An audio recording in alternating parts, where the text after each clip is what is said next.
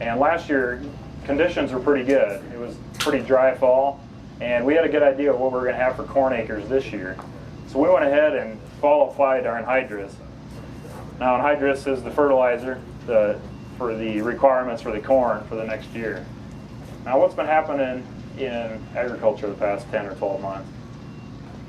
A lot of stuff, right? What has Corn. Corn, yeah, that's a hot topic. You know, crop prices have been jumping around. The ethanol boom is definitely here for corn and other crops. And whether you grow corn or not, it's definitely affecting the other crops in a big way too.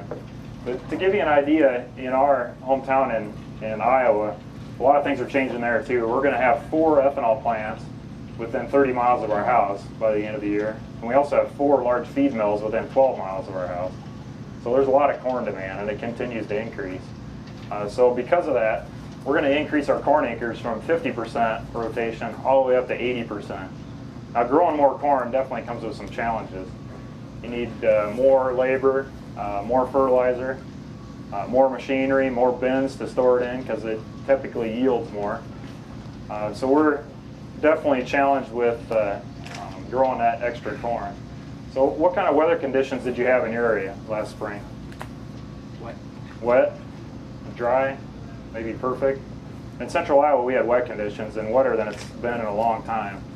And we ended up being a month late putting on the additional anhydrous for the additional corn acres that we were going to do, planting and spraying. So we were personally looking for a solution to help us timely and accurately apply our crop inputs. So Adam, how's the new 30 series sprayer going to help us with this first challenge? Well, Lee talked about some of the challenges that they face on their farm, and these are pretty common challenges. These are real challenges. And that challenge of getting those inputs on in a timely manner. And in order to do that, we need to be more productive, we need to be more efficient with those field operations. So the 3 main ways to get more efficient, more productive with those field operations are you can go faster through the field, go faster and cover more ground. A wider implement, so if you have a wider implement, you're going to cover more per pass, make less passes through the field, and more capacity. And those are the 3 things I'd like to talk about. So we'll start with faster.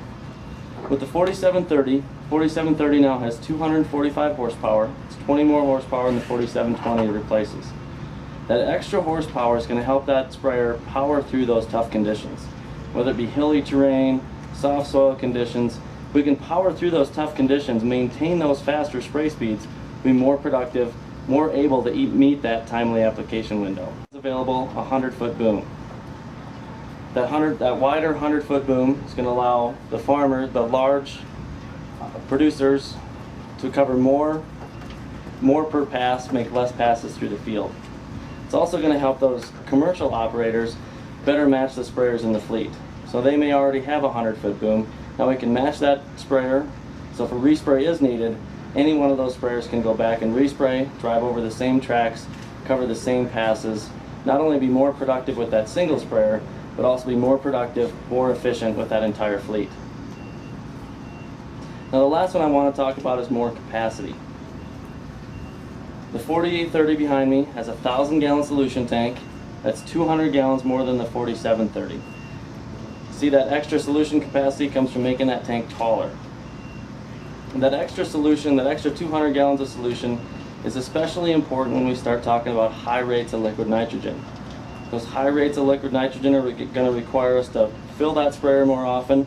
The more capacity we have, the more time we can spend in the field spraying and less time on the end of the field filling. But also think about how that relates to tendering capabilities. Take, for example, this 3,000-gallon tendering truck to your right. 3,000-gallon tendering truck, 1,000-gallon solution tank on the 4830 matches up pretty well, doesn't it? Means that tendering truck is always going to go back to the plant empty, and that sprayer is always going to be full when that truck leaves. It's going to maximize both the efficiency and productivity of the 4830 along with the efficiency and productivity of that tendering truck driving. Now I talked about faster and wider on the 4730. What about the 4830? Well, the 4830 has a 275 horsepower engine. Along with that, 33% larger hydrostatic pumps, 33% larger rear wheel motors to get that power to the ground. Again, we can power through those tough conditions, maintain those faster spray speeds, be more productive, help meet that timely application window. Along with that, the 100-foot boom I talked about on the 4730 is also available on the 4830. Now all the boom options, the 80-foot, the 90-foot, and the 100-foot boom all have BoomTrack Pro available. BoomTrack Pro uses ultrasonic sensors to measure the height above either the canopy of the crop or above the ground. It measures that height, and as the sprayer moves through the field, that boom will automatically adjust to maintain a consistent height above the canopy or a consistent height above the ground. Lee's going to point out one of those sensors on the sprayer here. So if you think about it, we can, let's say we'll set that predetermined height at 30 inches above the canopy. We can maintain that 30 inches above the canopy. It's going to be more accurate than if that boom goes too low or too high, isn't it? So not only are we getting a more timely application because of the extra productivity, we're getting a more accurate application as well. Now let's move on to the 4930. 4930 is now available with a 300 cubic foot dry box. That's 10 tons of dry fertilizer capacity, or 50% more capacity than the previous 200 cubic foot dry box. Now with that extra capacity, we'll be more efficient, more productive, by again spending more time in the field spreading fertilizer, less time on the end of the field filling. Along with that, SpreadStar is a controller for the dry box, and we can put Swath Control Pro on top of that. Swath Control Pro automatically turns on and off the dry box based on location, whether that area's been covered or not covered, and whether it's inside or outside of the boundary. So if it's in the field, that area has not been covered, it'll turn the Swath Control Pro on. If it's in the field, that area has been covered, it'll turn that off. So that's going to help us both with a timely application and a more accurate application by minimizing those skips, minimizing those overlaps. So Brent, I talked about what we have for solutions for self-propelled machines in both the liquid and dry application. What other solutions do we have?